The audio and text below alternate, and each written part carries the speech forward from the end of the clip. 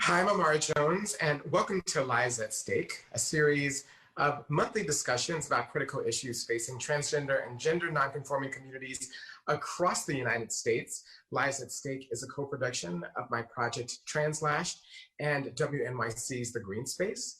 Go to translash.org or thegreenspace.org to follow our work.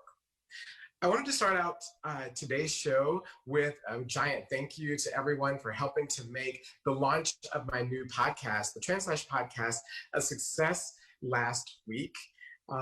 Every 2 weeks, you will be able to hear trans people and our allies talk back about what's important to us and ways in which we believe that with our allies, we can create a fairer world. Actually, next week on Thursday, we'll be talking to Kai Wright, who is of WNYC and host of the new weekly, formerly podcast program, The United States of Anxiety, where we will be talking about how transphobia is actually playing a role in the 2020 elections. So in order to hear that and to catch up on last week's, if you missed it, subscribe to podcasts, well, wherever you subscribe to podcasts. The political conventions are almost winding down. The Democrats, of course, wrapped last week, and the Republicans are headed to conclusion tomorrow. Tonight, Vice President Mike Pence will speak, and tomorrow, you know who will. But beyond the noise and the applause, what does it all mean for trans votes and trans voters? We'll be talking about that tonight. But most of tonight's program will be devoted to celebrating the 75th birthday of the legendary activist Marsha P. Johnson. Her birthday was on Monday. Of course, Marcia is a legend, not only because of her role in the Stonewall Uprising, but also for 30 years of activism and fighting for our community. And she is an icon and continues to have a massive impact on trans people and the way in which we see ourselves. And so tonight we're going to talk about what her life meant and still means to us today. Here to help us unpack these two issues that are occurring at the same time, Marcia wouldn't mind. She knows that politics is a part of life for trans people. The first up is Reginald Greer, who is the LGBTQ Vote Director for the Biden-Harris campaign. Next, when we move on to talk about Marcia's birthday, we will speak first with Victoria Cruz, the legendary activist in her own right and longtime friend of Marsha P. Johnson. And then we'll wrap up our program with Elle Hearns, who is the founder and executive director of the Marsha P. Johnson Institute. Looking forward to all of that. Now, as you all know, normally this program would be in a studio and we would have an audience. We still hope to at least go back in the studio in the fall, but tonight, we're still virtual. That means that we're really dependent upon your participation in terms of your questions and comments and whatever you want to send us throughout the program. You can do so across all the forms of social media that you can think of: YouTube, Facebook, Twitter. I don't think we monitor Instagram. And just use the hashtag Lives at Stake and Translash so that we can be able to fold your comments, and we really want those for the discussion tonight on politics, and we really want those on the discussion, of course, of Marsha P. Johnson and her legacy, since she's so vital to our community. So please make sure that you send those in. Now, before we get started, we're going to start the show like we always do with memes and gifs that are getting us through, getting us chuckle during these really tough times. There have been a ton to come out of both conventions, but tonight we're going to start out, and tonight they'll all be about politics. We'll start out the first with Melania Trump. Last night, she gave her speech in the White House parking lot, the new Rose Garden. Here you can see a before and after picture of what it looks like before Melania dug her fingers in the dirt and after. Some people said that it reminded them of a Soviet brutalist style, just kind of missing with her own statue, you know, with the hammer and sickle in the middle, and then as well her statue. So some people said that it reminded them of that. But others, like Betty Bowers, said that it just actually looks like, I don't know, if they'd done away chopping up all of the garden in her rose garden, like in Mommy Dearest. Now, a part of the things that Melania dug up were rose bushes that were planted by the likes of Eleanor Roosevelt and Jackie Kennedy Onassis. So that just speaks for itself. But next, we'll talk about the memes that just did not go away from the following, and that is Kimberly Guilfoyle, who is the Trump campaign advisor, and girlfriend of Donald J. Trump, broke and blasted speakers all across the country with the following. Take a listen. Ladies and gentlemen, leaders and fighters for freedom and liberty and the American dream, the best is yet to come. Lord have mercy. Damn, this is some scurvy shit. Oh, I am scared. I don't know if you were able to hear that, but you were certainly able to see the very, Mussolini type of reenactment that she gave.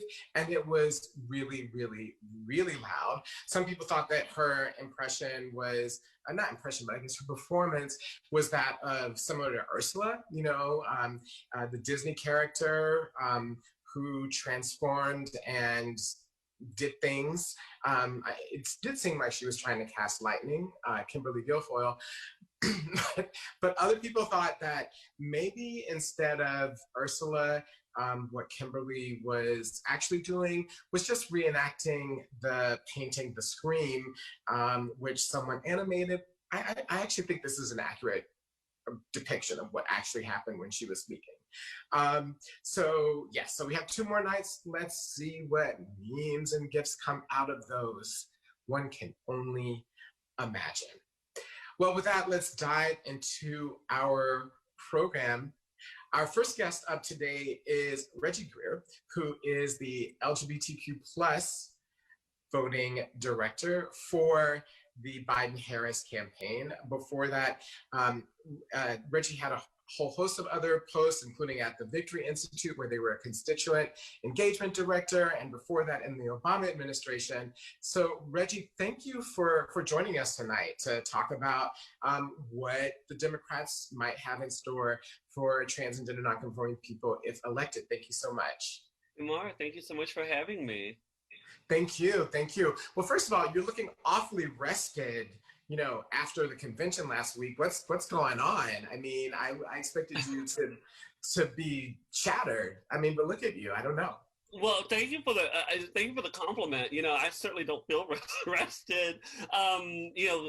Since the selection of Senator Harris as the running mate, you've seen this very intentional shift to the general election, obviously with conventions, and so I'm talking to my colleagues well into the nighttime hours. I'm up early now, but we have 69 days to go, and I know the discussion that we're going to have today about what does this mean for the trans community and for gender nonconforming folks and non-binary folks, is that it's so worth the time and energy that will be spent over the next 69 days to ensure that we get new leadership.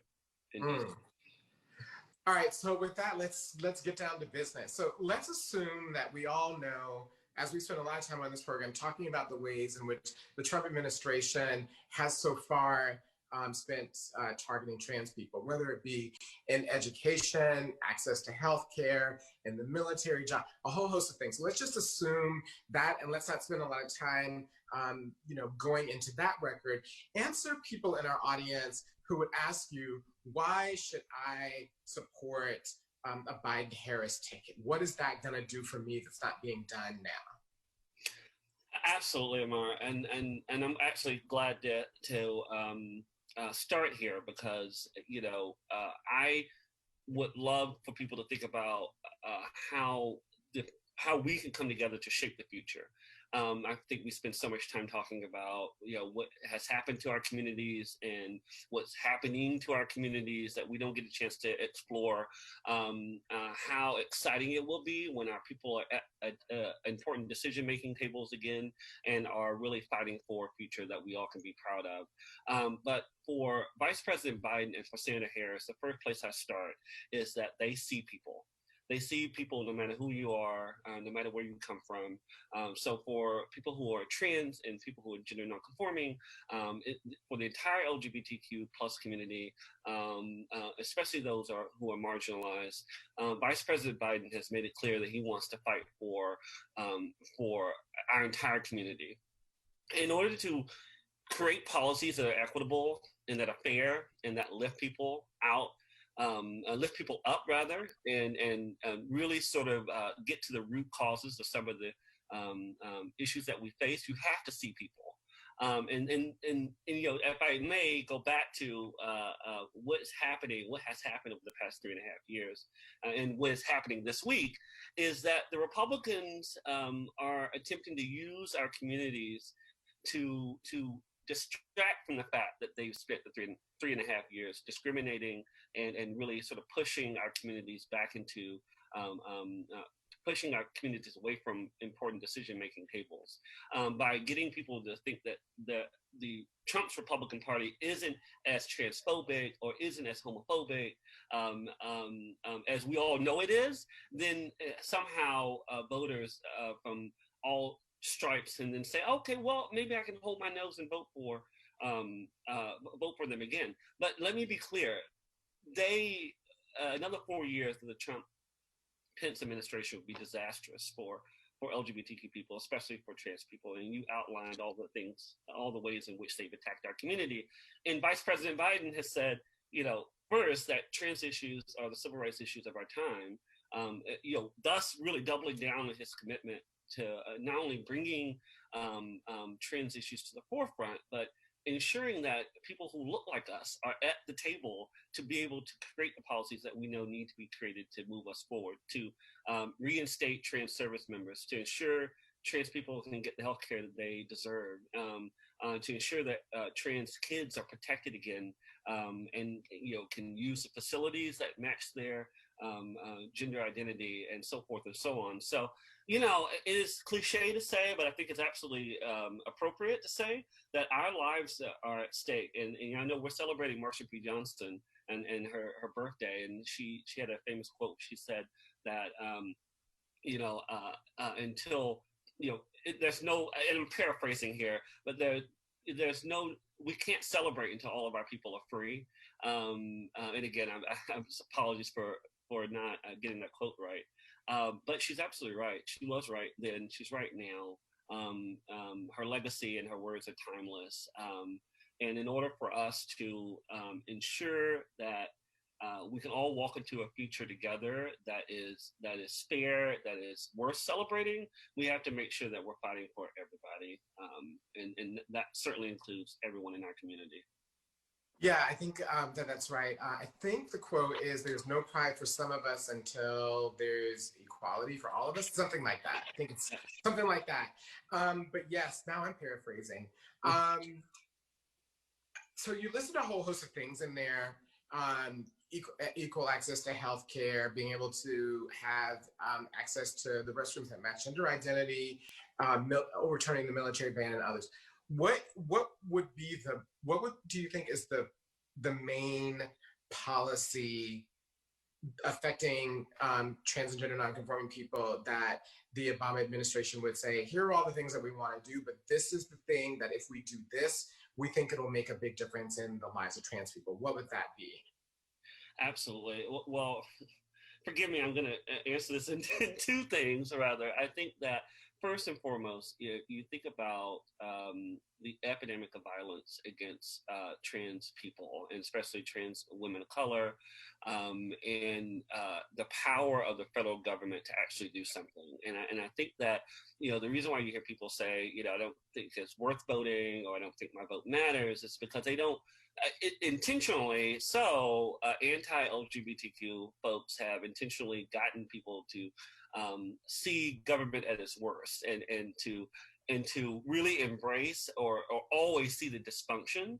But if we take an issue as important as fighting and addressing the epidemic of violence against trans people, you're talking about the LGBTQ Essential Data Act. Act, which in passing that would ensure that we start to list gender identity and sexual orientation on everything, so that people who are thinking about how can we get LGBTQ people, especially trans people, from survival into thriving, that can be the basis of good public policy that comes out of every federal agency.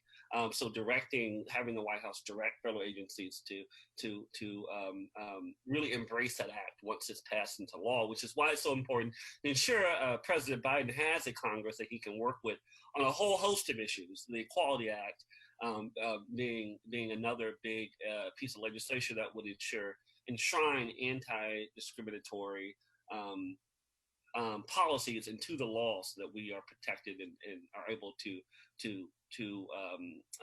thrive in so many different ways. So that's where I would start there. But as I just mentioned, the Equality Act is probably the big one, right? Because I do think that people don't know how many opportunities are kept from LGBTQ people in public accommodation, in essential services, in education, in employment. And of course, the Supreme Court had the fantastic ruling this summer.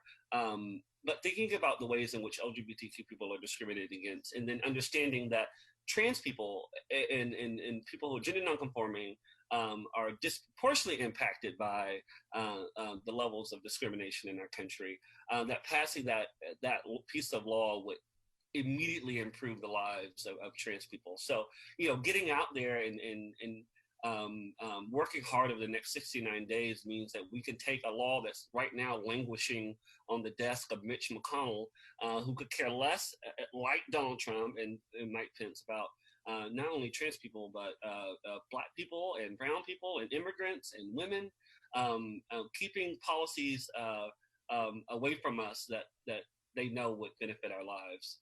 Mm-hmm.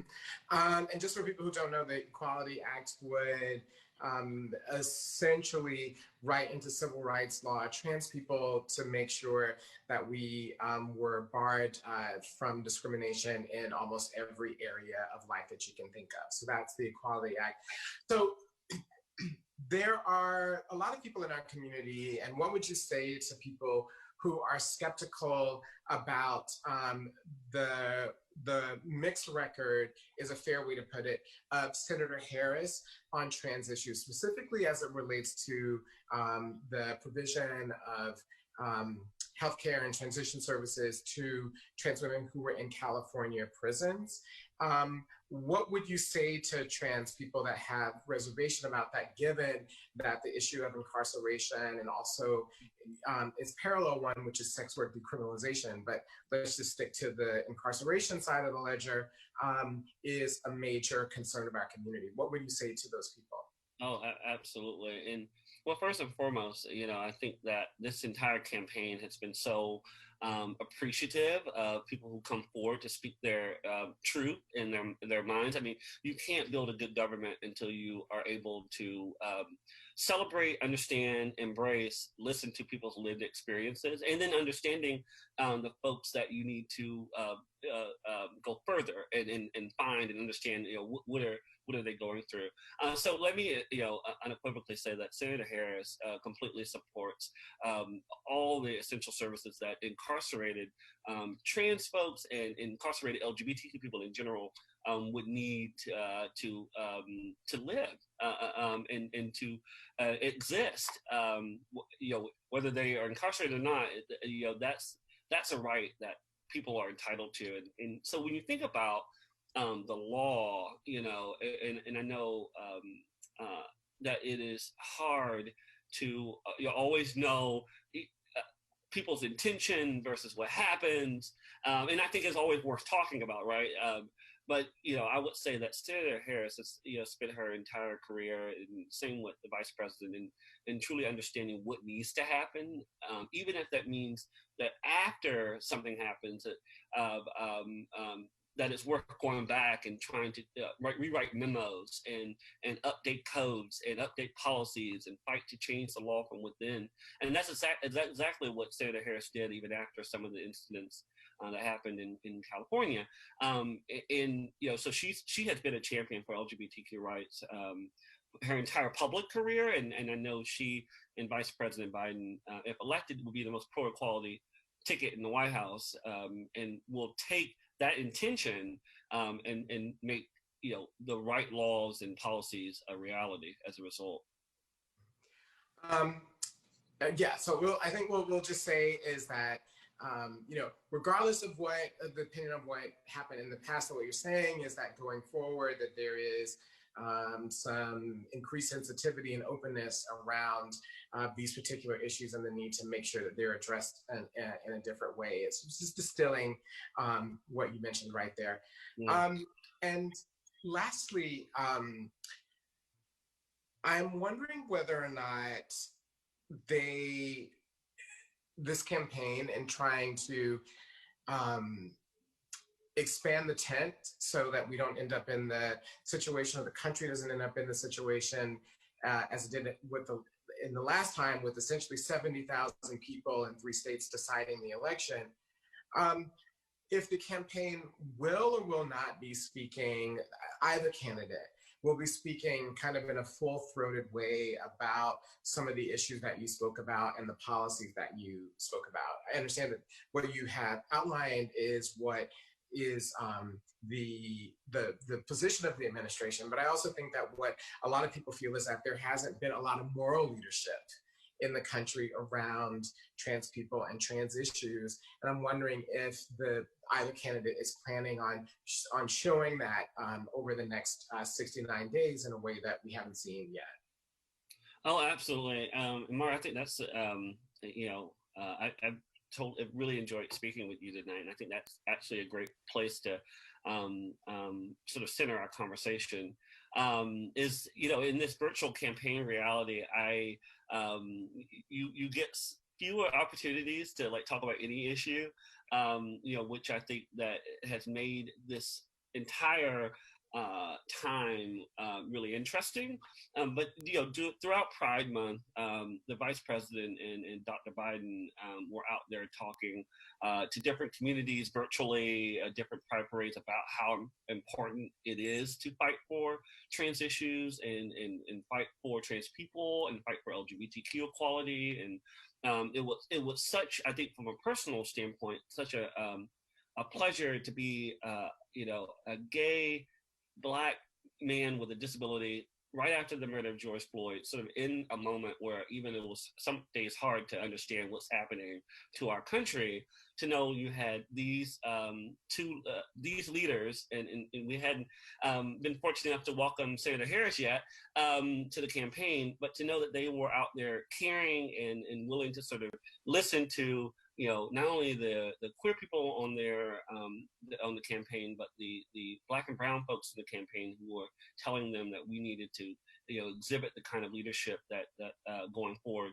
The fact that Vice President Biden has already said that trans issues are the civil rights issues of our time, and then thinking about some opportunities coming in the future, I have no doubt that the Vice President and the Senator will meet that moment and talk about what it is our community needs to really move the needle forward. I think when you talk about having a platform and an agenda that's the most pro-equality in history, I know that following that up with action and with rhetoric isn't easy. So,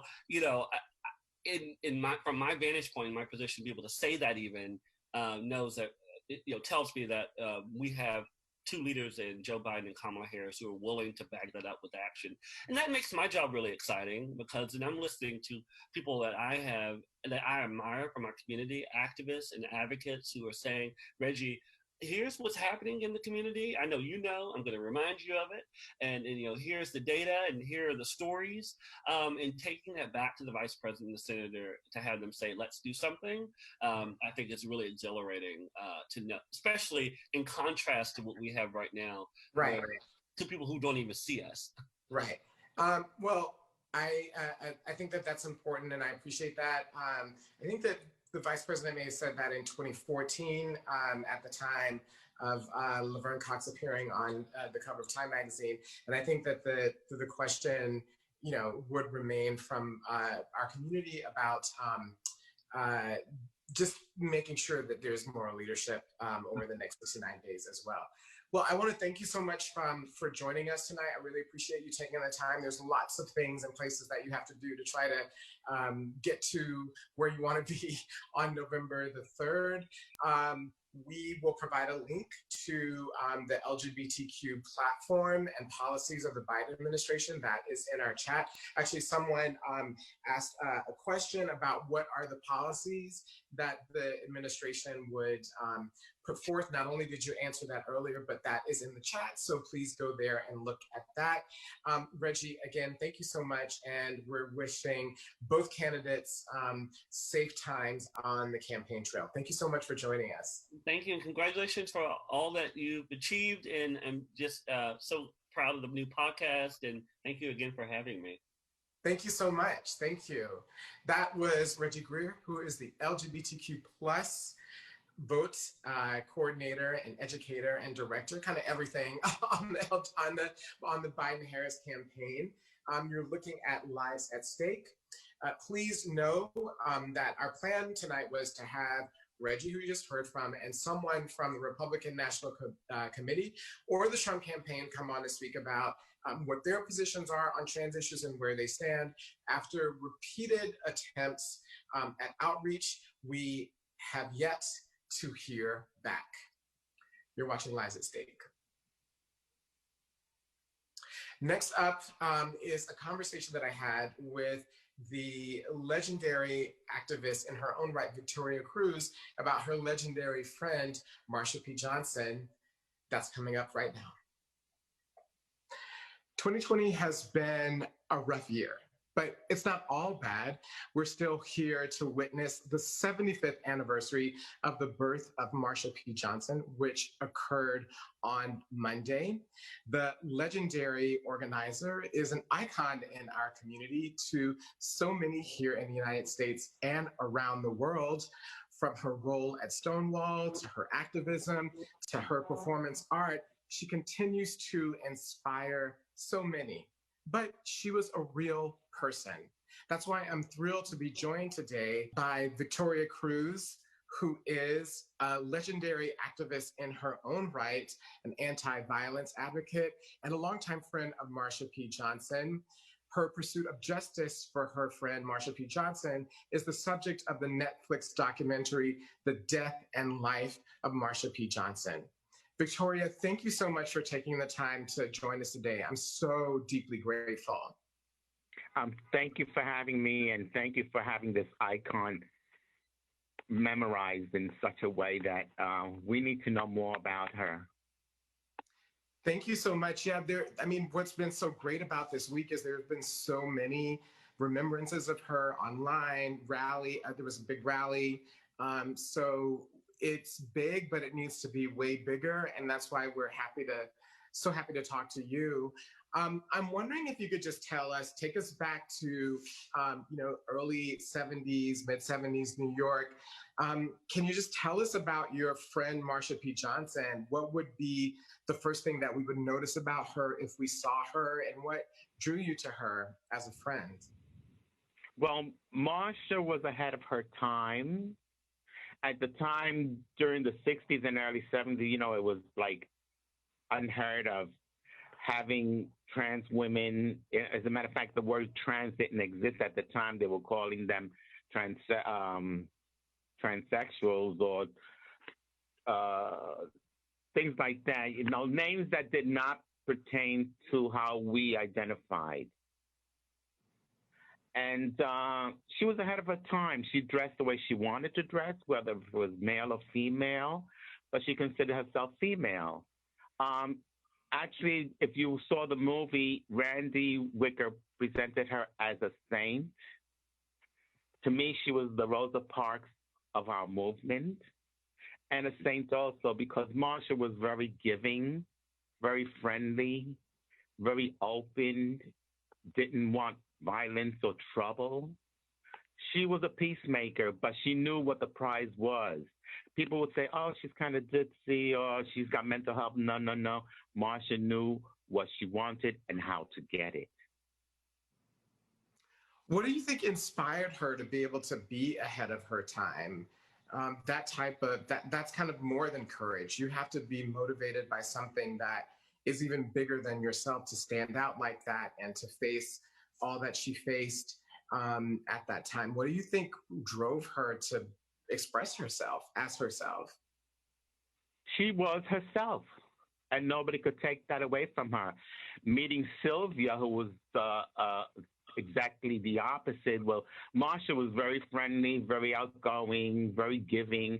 Well, Sylvia was in your face and very vocal about what she wanted. And they matched. They completed that person.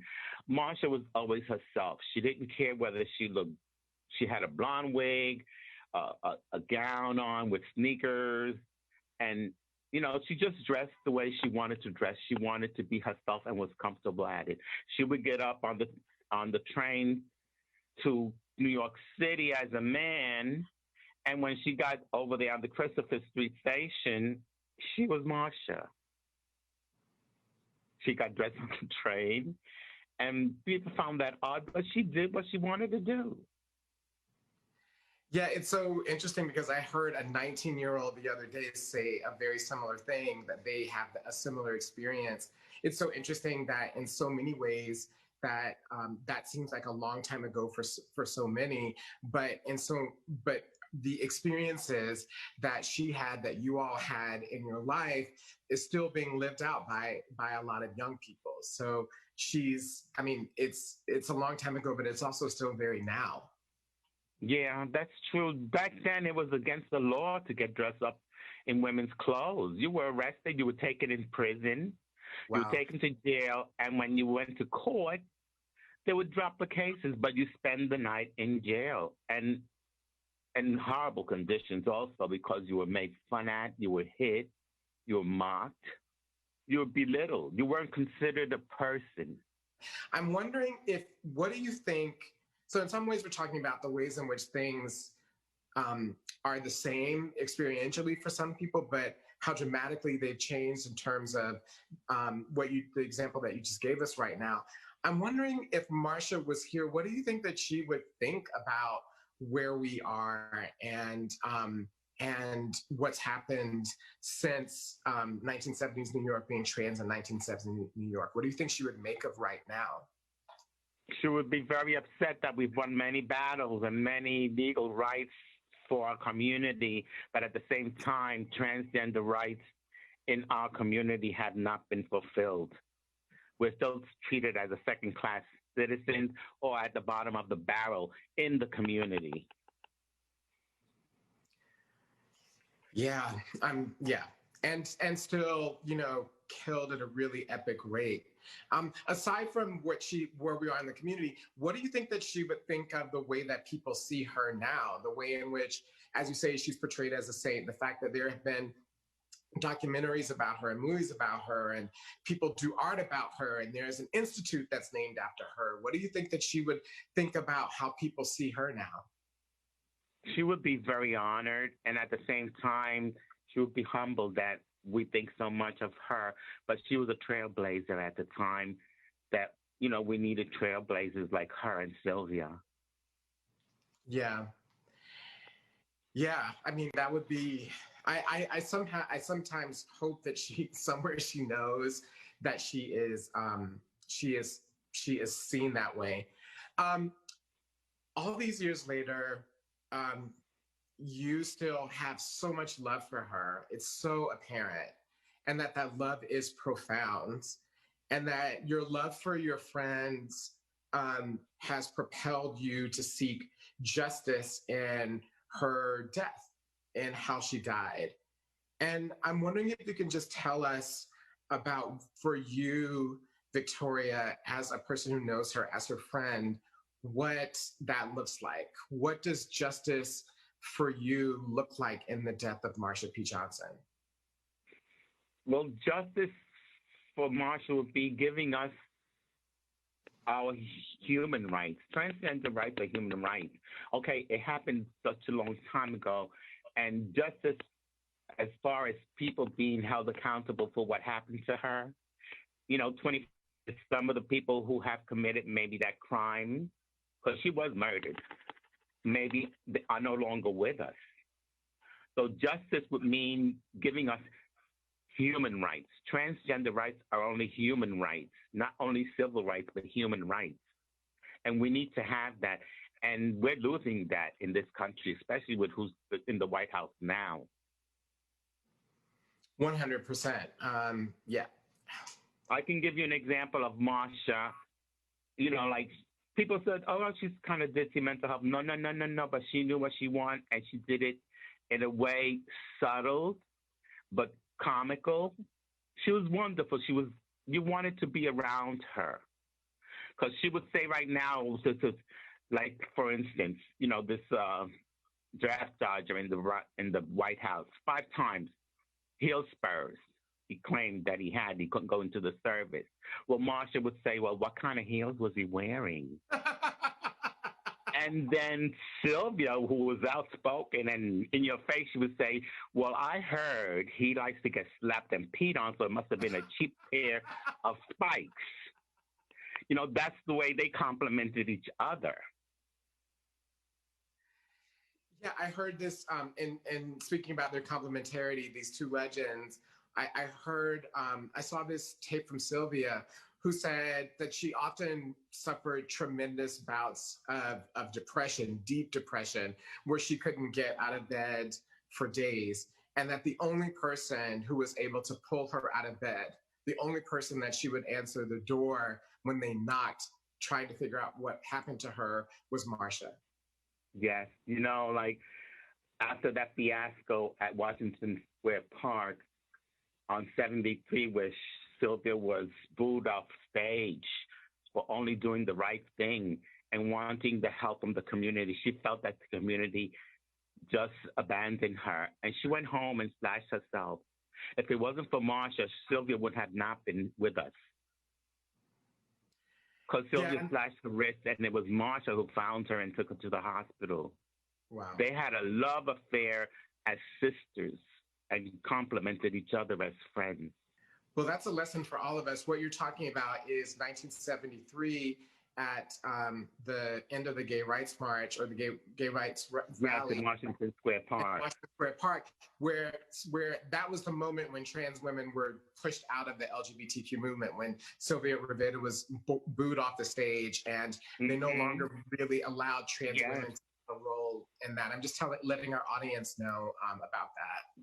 Yes, and in the first Pride March that we had back in 70, they wanted the transgender people to go to the back of the parade.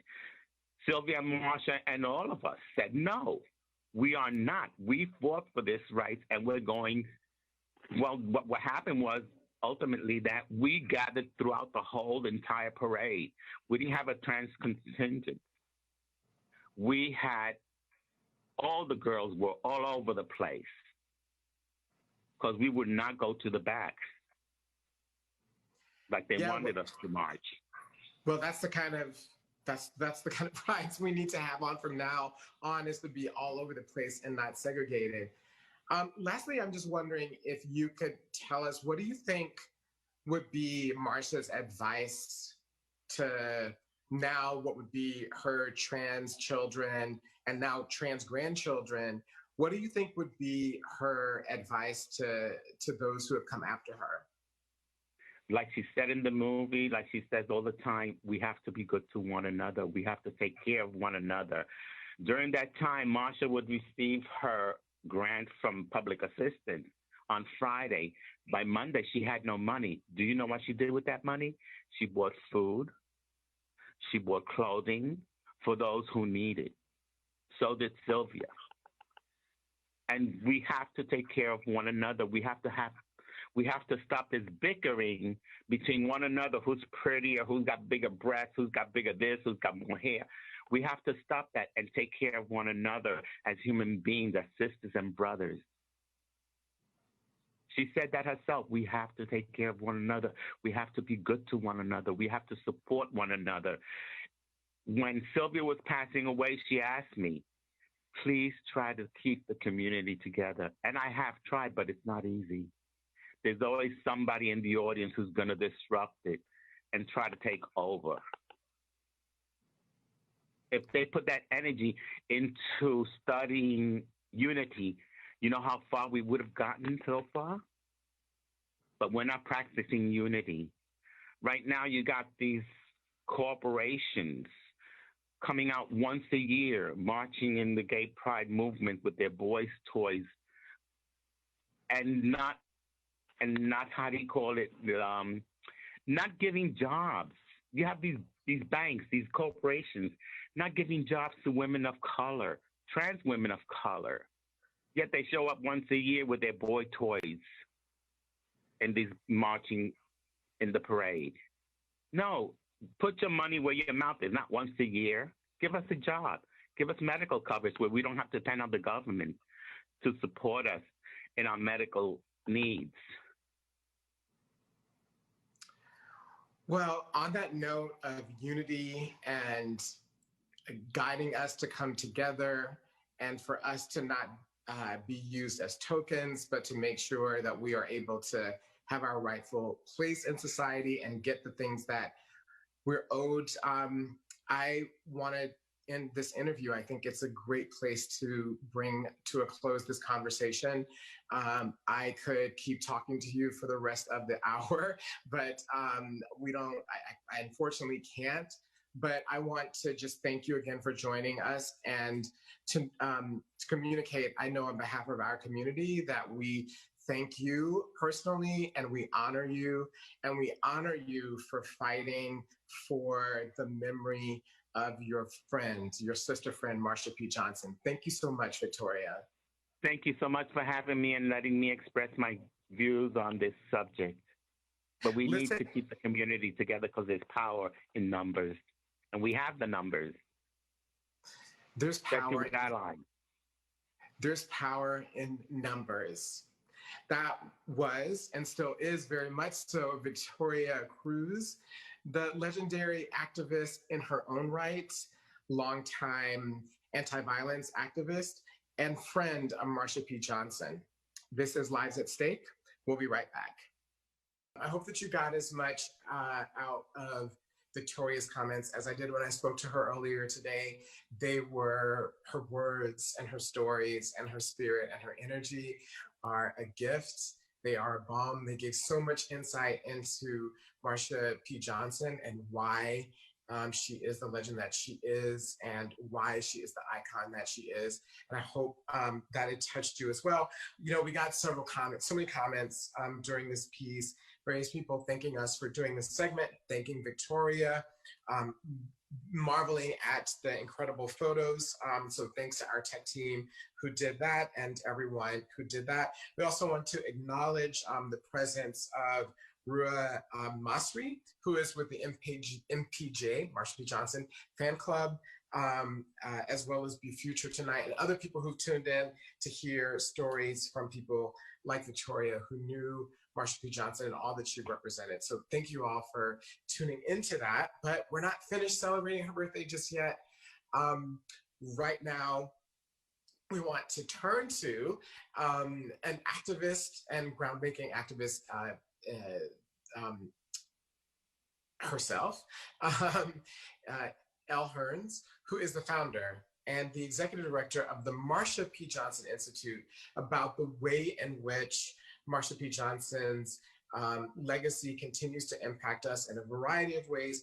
We wanted to have a deeper conversation about that and do a deeper dive after the powerful frame-setting conversation that we had with Victoria. And I'm so thrilled that Elle could be here tonight. Elle, thank you so much for joining us.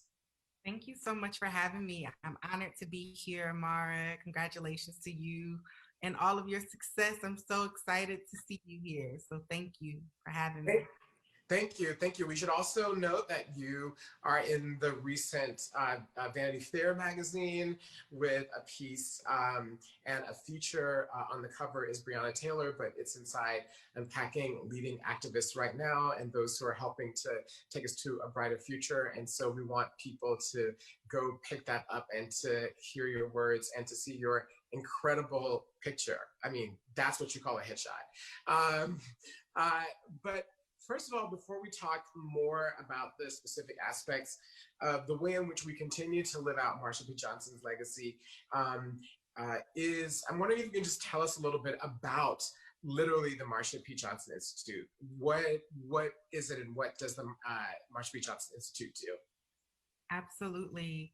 So the Marsha P. Johnson Institute is an organization that I founded that works to protect and defend the human rights of Black transgender people in the United States. As Victoria Cruz, said previously, it is about our human rights. We are not interested in just having pieces of pies.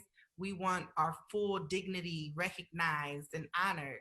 And so we really work to protect our community by advocating, by organizing, and creating intentional community to heal, and to heal from the impact of anti-Blackness in society. And so, we support our community through direct giving. So currently we have our COVID relief program where we're providing $500 to those who are in need. So individuals who are in need during this time of pandemic, we're providing support for them. So that's our number one priority during this time where we all are trying to survive, where all of our lives are at stake. We recognize the vulnerabilities that exist for Black trans people, specifically as we continue to face another pandemic where the murders are happening. And so it is the murders of Black trans people, trans women in particular, that really led me as an organizer to find my space in organizing. I recognize that we had all of the power to really interrupt this violence ourselves. And so for a long time, I had organized, and, it really led me to, my destiny, being fulfilled in this way by founding this organization and providing hopefully more space for others to really find their own destinies. And when I say others, I mean Black trans people and the communities that support us and believe in who we are and believe in who they are. Mm-hmm. Yeah, it's so interesting that, this tees up my next question, but in so many ways, the things that you all are doing are an extension of her legacy, right? So you were talking about mutual aid, and we heard from Victoria that she would receive her check on a Friday, and by Monday it was gone because she had given her money away to everyone who is in more need. Of course, she tragically, most likely everyone believes, was killed. That's an experience that too many Black trans women experience, and that's what you all work on. And so those are some apparent links in her legacy right there. But I'm wondering why you decided to name it the Marsha P. Johnson Institute. You could have named it so many other things. What was it about her that you said this organization has to be named after her? Absolutely. Well, there's lots of reasons why. And, the reality is that I could have named this organization anything. I was really encouraged early on in the development of the organization to name it after myself. I was, encouraged to name it lots of things. I think as an organizer, she was the through line in all of the organizing that I had done.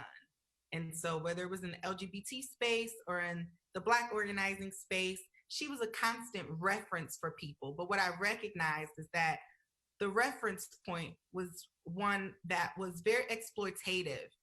It wasn't one that actually knew the fullness of her work or her beliefs. It was just a reference of, look at this Black trans person. And so what I was really interested in was creating an organization that honored not only her legacy as a organizer and activist, but that honored her legacy as a Black person. And that's the one part of her history that was always missing for me. But it was the most relatable for me as a young Black trans woman who was trying to find my own way and who had very similar experiences to some of the experiences that Victoria Cruz and others have named that Marcia experienced, whether it was, changing on the train or sleeping on the floors of people's homes just so she could have a warm place to sleep, or being, characterized as being crazy or ditzy or whatever that is.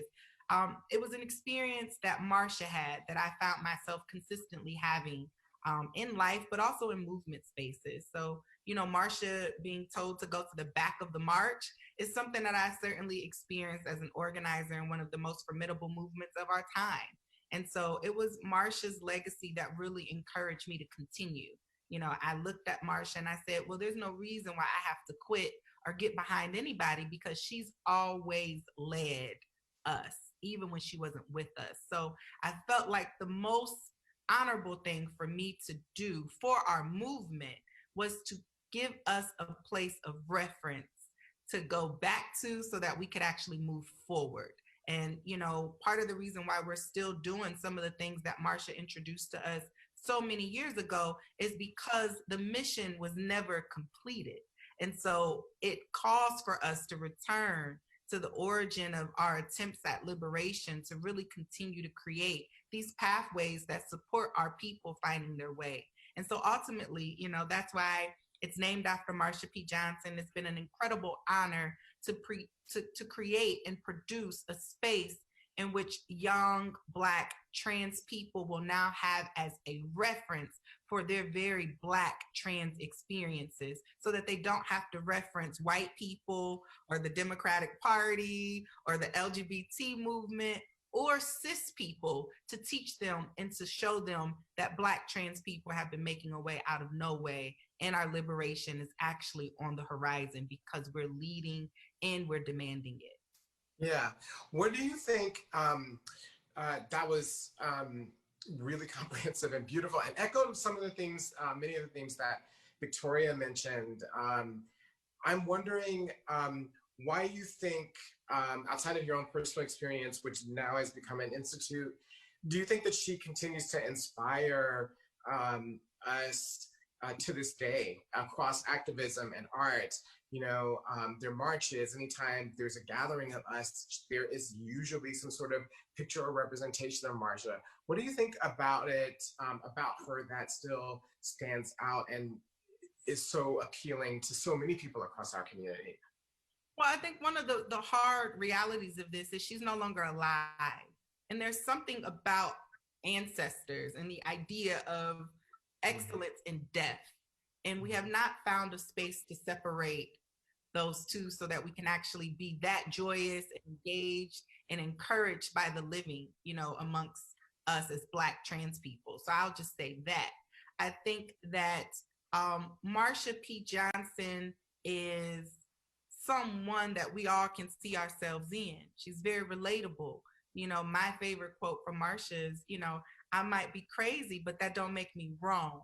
And I think in a world that's consistently telling Black trans people that we're wrong about everything, that we're wrong for wanting more for ourselves, that we're wrong for wanting more for our communities, that is a relatable thing that we wish we had the freedom to just exist in, like Marsha did, without having to worry about if these efforts that we're making will be interrupted or how they'll be utilized against us, And so Marsha, I think, is just relatable because she was us. We are her. There's no separating that. And that's why I do think this piece around who Marsha was as a Black person is so important and so necessary for us to have a space to reference Blackness. And that's something that I always wonder in Marsha's experience. Did she have that in her communities? Did she have that with the people that she was surrounded by? Did she have Black trans women who were her friends and who were her sisters?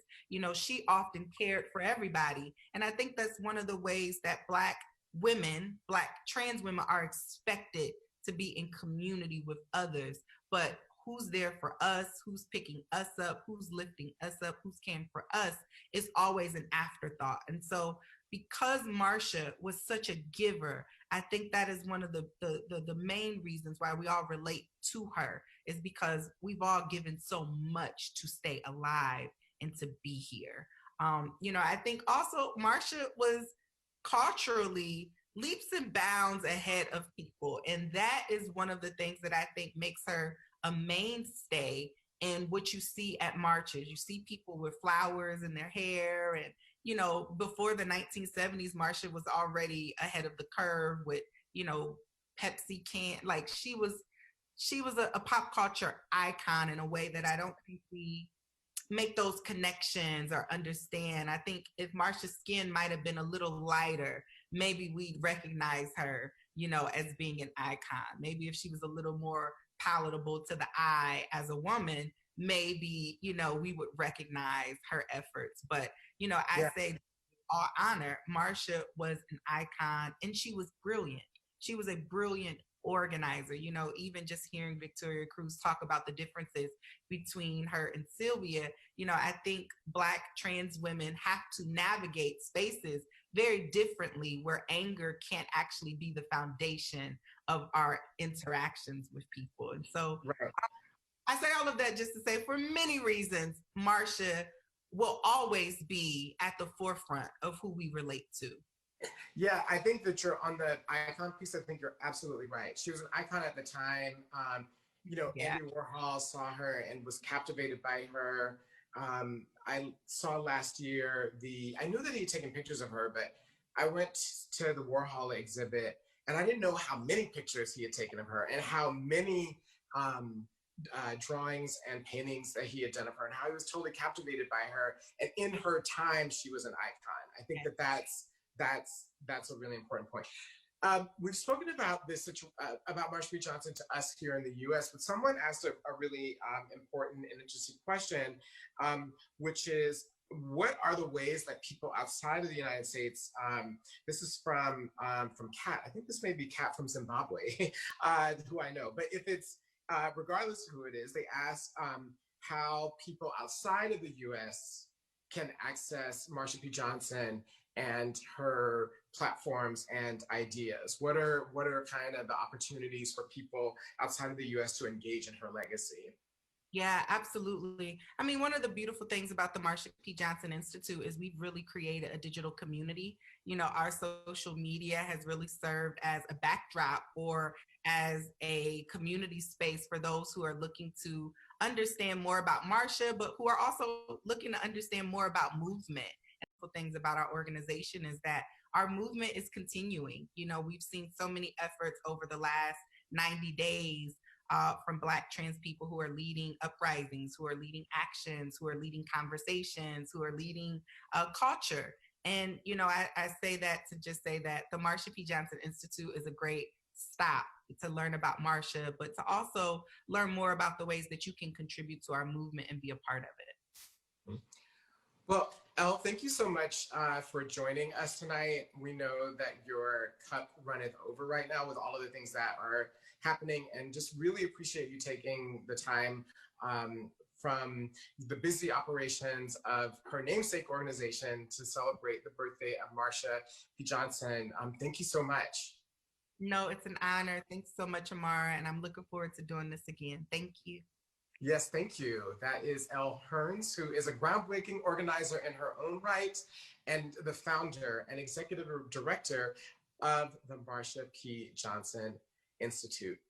Well, thank you so much for joining us tonight. Thrilled that we would be able to bring everyone into the room and across generations to celebrate Marsha P. Johnson's birthday. Her legacy is something that we're only beginning to unpack, all of us. We'll continue to learn about it and to experience it as we go along. We are with Victoria Cruz in our hope that we find out what happened to Marsha P. Johnson, that she receives justice in death, even if she wasn't able to end life. And I want to thank you for joining us on this latest Lives at Stake. Many of you had questions. Some of those we weren't able to get to during the course of the program, but you will be able to find those answers in the threads as we continue to post those answers. And lastly, I wanted to let you know that our next show will be on September the 24th at 7 p.m. Thank you for joining us this evening on Lives at Stake. Be safe, be well, and like Victoria Cruz said, take care of each other.